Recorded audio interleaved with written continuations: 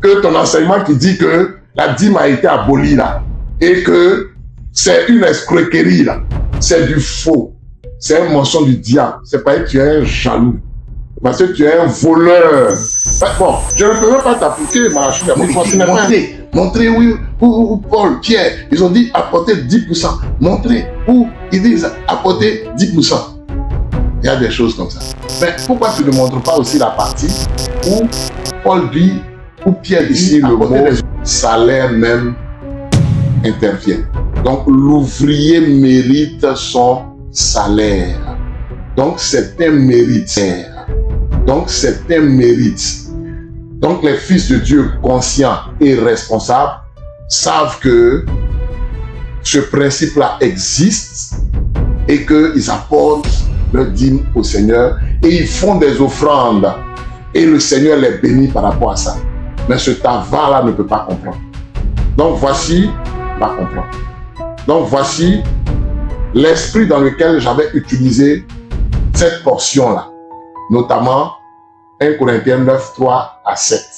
Pourquoi est-ce que je me suis référé à cela? C'était pour faire ressortir le principe en rapport avec le fait que un serviteur de Dieu a le droit de ne travailler qu'au ministère, et je l'ai signifié.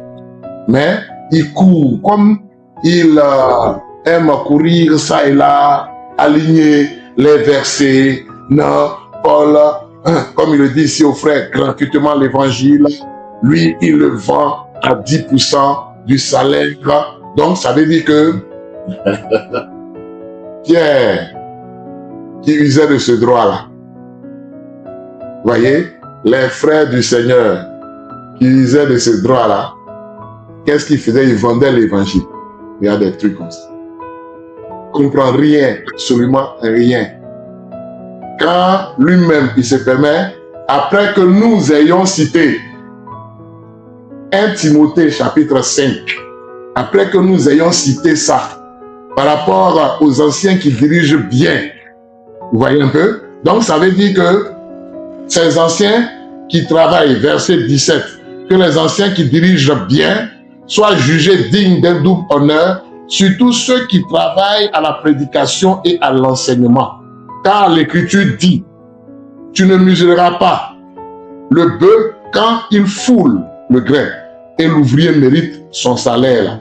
Donc ça là, les anciens qui dirigeaient bien là, et l'apôtre Paul qui disait à Timothée, il disait ça là. Ça veut dire que ils vont, quand ils exercent leur ministère là, ceux qui travaillent à la prédication et à l'enseignement là, ils vendent l'évangile. Et il y a quelqu'un. Tout cela parce que ils veulent faire passer une pilule qui ne passe pas. Et ça ne passera pas. On va toujours montrer que ton enseignement qui dit que la dîme a été abolie là.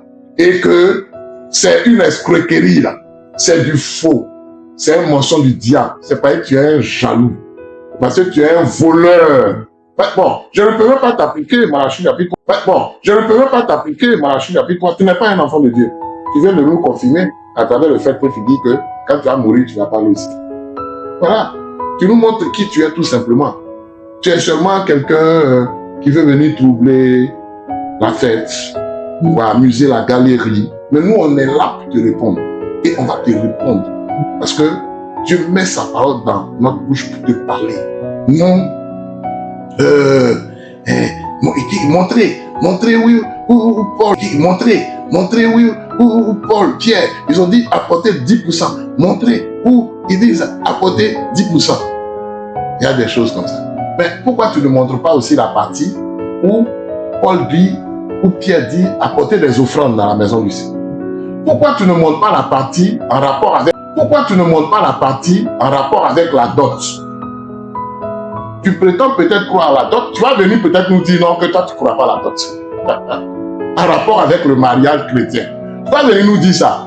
Tu vas venir nous dire non, ça c'était l'Ancien Testament, ça a été aboli avec la loi des ordonnances dans leur prescription. Tu vas venir nous dire ça un jour.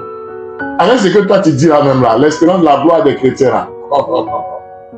Tu nies ça là. Oh non, mais c'est incroyable. Ah là là là là là là. Donc, mes chers frères et sœurs, que Dieu vous bénisse abondamment.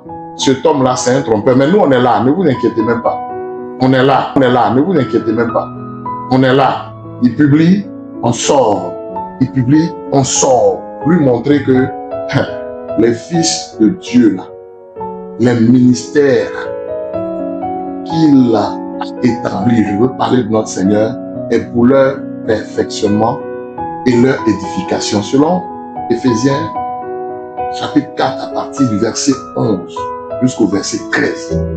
Pour ne pas qu'il soit ballotté à tout vent de doctrine, de fausse doctrine, par la tromperie des hommes, comme cet homme-là, cet avare, ce voleur, ce malhonnête spirituel et ce idiot spirituel.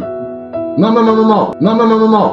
On est là pour ça, pour que véritablement vous ne soyez pas ballottés à tout vent de doctrine. Donc, nous allons prendre toutes les dispositions nécessaires pour dévoiler cette fausseté. Dans tous les thèmes bibliques, chaque fois qu'il va sortir, on va sortir pour montrer encore les mensonges qui sont cachés derrière. Il avait dit, oui, que Lot avait été à Sodome. Quand il a été attrapé en flagrant délit de tromperie, de tentative de tromperie, il a supprimé la vidéo. Il s'est permis de dire que cette veuve-là a donné de une pièce, alors que l'Écriture dit qu'elle a donné 2 pièces, et que c'était une au monde. Vous voyez un peu? Il s'est permis de dire, sans que Abraham a vécu 900 ans, plus de 900 ans. Waouh! Est-ce que ça là même, je dirais même que ceux qui sont à l'école du dimanche peuvent croire des bêtises comme ça. Vous voyez? Donc, chaque fois qu'il va faire une sortie là, on est là, on va faire ressortir quelque chose. Et même il m'a bloqué sur